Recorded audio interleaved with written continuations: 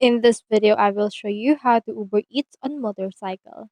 So if you have a motorcycle and you don't have actually a car, you can go right here to your account and then from in there scroll down and then just go and click on this earn by driving or delivering.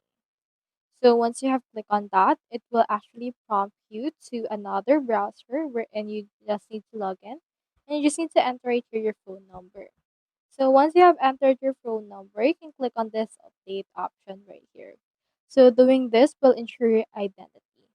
So take note that Uber Eats is prominent in the US, and in the US there's actually not lots of scooters or motorcycles. So this option is only available on select regions that supports it. So take note of that first before you actually go into it. So that's how you Uber Eats on motorcycle. Hope you help.